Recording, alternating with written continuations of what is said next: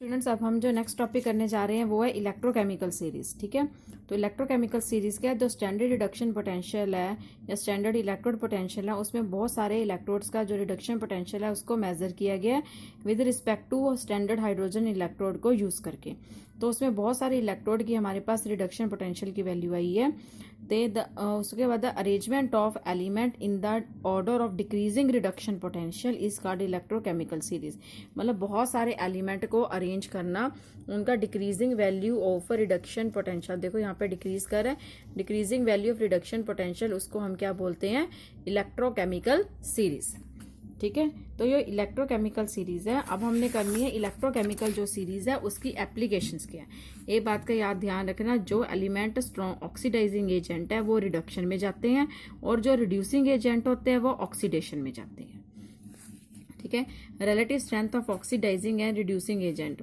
जो electrochemical series है वो हमें हेल्प करने में फाइंड करती है कि जो वेदर द रिलेटिव ऑक्सीडाइजिंग और रिड्यूसिंग एजेंट की strength in electrochemical series the substance in the decreasing order of reduction potential, the element at the top of the table have maximum tendency to get reduce and they will good oxidising agent. मतलब जो top के table में है, ये जो top में है, तो ये क्या है, गुड टेंडेंसी टू रिड्यूस, मतलब इनकी रिडक्शन की वैल्यू बहुत ज्यादा है और ये क्या, स्ट्रॉन्ग ऑक्सीडाइजिंग एजेंट है।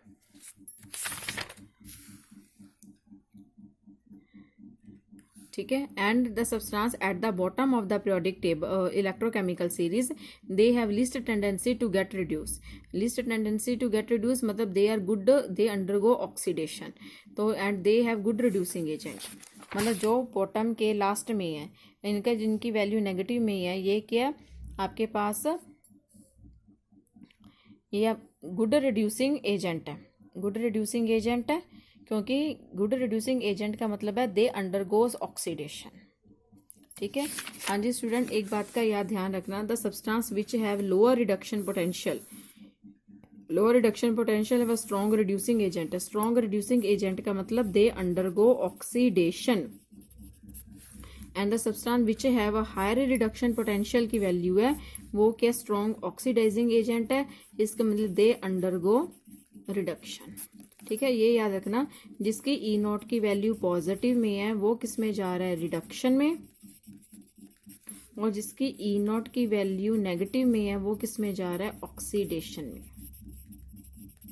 ये आपने याद रखना है। ठीक है, और उसके बाद है इसके second application, calculation the EMF of the cell. इसमें क्या था, ईएमएफ ऑफ द सेल हमने कैसे फाइंड करना है, कैथोड माइनस एनोड। स्टेप 1 क्या है कि सबसे पहले हमने हाफ फ्रैक्शन रखनी है। जो हमारे पास reaction taking place at the left hand is written as oxidation. Left hand पे आपकी जो भी रिएक्शन होगी वो ऑक्सीडेशन है, और राइट हैंड साइड पे जो भी आपकी रिएक्शन होगी वो क्या, रिडक्शन है। फिर हमने मल्टीप्लाई करना है by suitable number so that number of electron in two equations are same. मतलब दोनों इक्वेशंस में नंबर ऑफ इलेक्ट्रॉन क्या, सेम होगा। इसमें ई नोट की वैल्यू को हमने मल्टीप्लाई नहीं करना, सिर्फ नंबर ऑफ इलेक्ट्रॉन्स को मल्टीप्लाई इसलिए करना है ताकि नंबर ऑफ इलेक्ट्रॉन सेम हो जाए। थर्ड, हमने EMF of the cell calculate करना है कैथोड माइनस एनोड से। ठीक है, अगर EMF of the cell positive आ रहा है आपका तो रिएक्शन फिजिबल है इन गिवन डायरेक्शन, बट अगर ईएमएफ द सेल नेगेटिव आ रहा है तो reaction is not feasible in that direction. ठीक है, जैसे हमारे पास एक एग्जांपल है, जिंक टू पॉजिटिव में कन्वर्ट हो रहा है, लेड टू में। अब इसमें हमने write the half cell reaction लिखनी है एंड ओवरऑल रिएक्शन। अब इसमें ये लेफ्ट हैंड साइड है, इट मीन्स इसकी क्या हो रही है, ऑक्सीडेशन। जिंक किस में कन्वर्ट हो रहा है, जिंक टू पॉजिटिव में, और 2 इलेक्ट्रॉन लॉस कर रहा है। ये आपके पास क्या है, राइट हैंड साइड में, इसकी क्या हो रही है, ऑक्सीडेशन। तो इट मीन्स आपका जो लेड टू पॉजिटिव है वो 2 इलेक्ट्रॉन को गेन करके किस में कन्वर्ट हो रहा है, लेड में गेन हो रहा है। यहाँ पे हो रही है ऑक्सीडेशन, यहाँ पे क्या हो रही है, रिडक्शन। ठीक है, अब इसमें हमने बताना है calculate the standard E value of EMF. अब EMF of the cell calculate कैसे करते हैं, E cathode minus E anode. Cathode पे क्या, लेड की वैल्यू क्या हमारे पास, माइनस 0.126, और एनोड की वैल्यू क्या हमारे पास, माइनस 0.763। अब इन दोनों को सॉल्व करके हम क्या कर सकते हैं, EMF of the cell calculate कर सकते हैं। ओके, हम देखो, हम क्वेश्चन में भी आंसर में भी यही लिखा हुआ है क्योंकि जिंक साइड लेफ्ट पे है तो इसमें ऑक्सीडेशन हो रही है, लेड राइट में है तो राइट की रिडक्शन हो रही है। जब हम दोनों को कंपेयर करेंगे, 2 इलेक्ट्रॉन कैंसिल हो गए तो ओवरऑल रिएक्शन हमारी ये होगी। जिंक टू पॉजिटिव आयन में कन्वर्ट हो गया, लेड इसमें। ई नोट सेल कैलकुलेट कैसे करते हैं, राइट माइनस लेफ्ट, इसमें से हमने माइनस किया तो हमारा ये वाला आंसर आएगा। ओके।